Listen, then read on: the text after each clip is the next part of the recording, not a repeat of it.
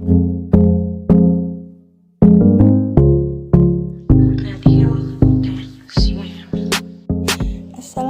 pendengar setia Radio 10 cm dimanapun Anda berada. Kembali lagi bersama kami untuk menghibur Anda dengan cerita-cerita menarik yang terinspirasi dari kisah nyata. Sebelum ke ceritanya, jangan lupa bahagia, jangan lupa istirahat, jangan lupa ibadah, dan tetap jaga kesehatan. Langsung aja kita dengerin ceritanya. Neng, ojek neng. Suara pria tua dengan motor bebeknya menghampiriku begitu aku turun dari bis. Iya boleh pak, ke Cibiru ya pak, tahu kan pak? Cibiru tahu lah neng, kampung saya juga itu. Alhamdulillah dapat penumpang yang searah. Ujar si bapak. Aku naik ke motor dan mulai perjalananku ke rumahku yang dulu. Hari sudah hampir maghrib saat itu. Aku berangkat dari Jakarta sekitar pukul 1 siang. Dan baru sampai di terminal kota pukul 5:30 sore. Perjalananku lumayan lama karena macet.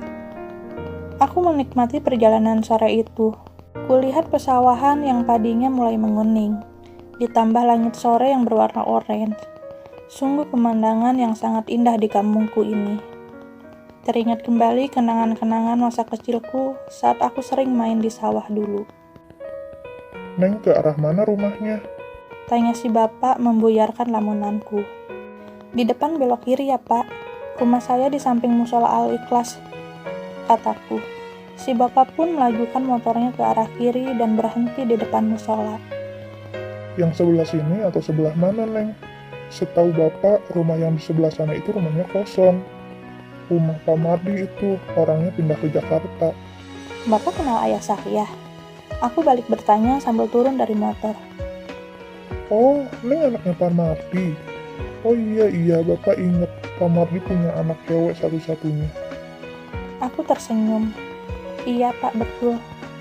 Ku keluarkan uang dan membayar si bapak. Makasih neng. Kata si bapak. Sama-sama pak. Ku melangkah ke arah rumahku. Ku buka pagarnya dan kulihat sekitar. Banyak dedaunan yang berjatuhan karena di halaman depan rumahku memang terdapat pohon mangga. Kalau berbuah, buahnya sangat lebat dan manis. Sudah 12 tahun aku tidak pernah ke rumah ini lagi.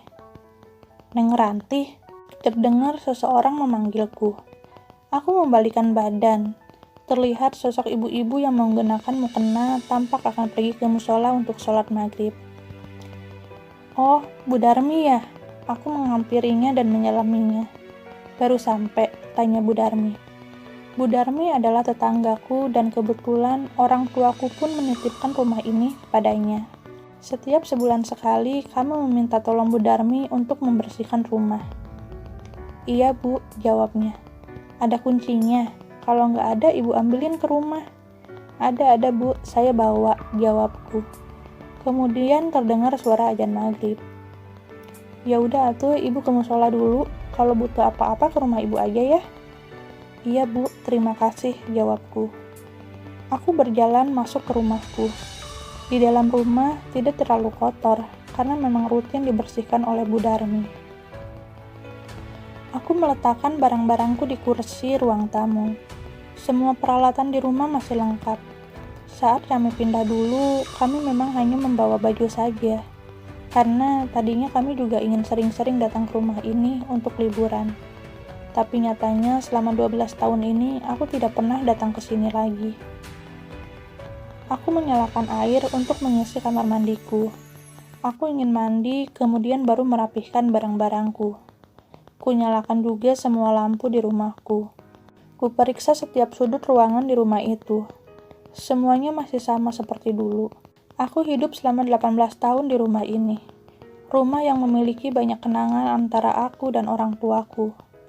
Di ruang TV masih ada foto-foto kami bertiga. Kulihat wajah ayah dan ibu yang tersenyum bahagia saat menggendongku yang masih kecil. Tanpa terasa, aku meneteskan air mata. Ibu, ayah, Ranti rindu kalian, ujarku. Tidak mau berlarut-larut dalam kesedihan, aku segera mengambil handuk dari tasku dan segera mandi. Selesai mandi, aku merapikan barang-barangku sambil tiduran di kamar. Karena kelelahan, aku tertidur begitu saja. Esok paginya, aku bangun tidur, kemudian membereskan rumahku.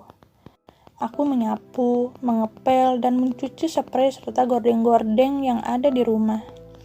Bu Darmi datang untuk membantuku bersih-bersih. "Neng, jadi mau tinggal di sini lagi?"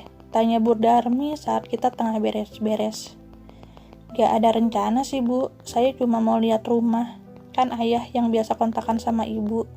Cuma setelah ayah meninggal, saya bingung juga ngehubungin ibu. Jadi ya sekarang sekalian aja kesini." "Iya, waktu itu kan bapak nggak telepon-telepon. Biasanya sebulan sekali telepon buat bersihin rumah. Akhirnya ibu yang telepon duluan karena lampu di rumah mati. Ibu malah dapat kabar nggak baik. Ibunya Neng yang ngasih tahu kalau bapak meninggal," kata Bu Darmi. "Itu bukan ibu saya, Bu." Itu dia ceritanya. Semoga ada hikmah yang bisa kita petik dari cerita kali ini. Sampai bertemu dengan cerita-cerita selanjutnya.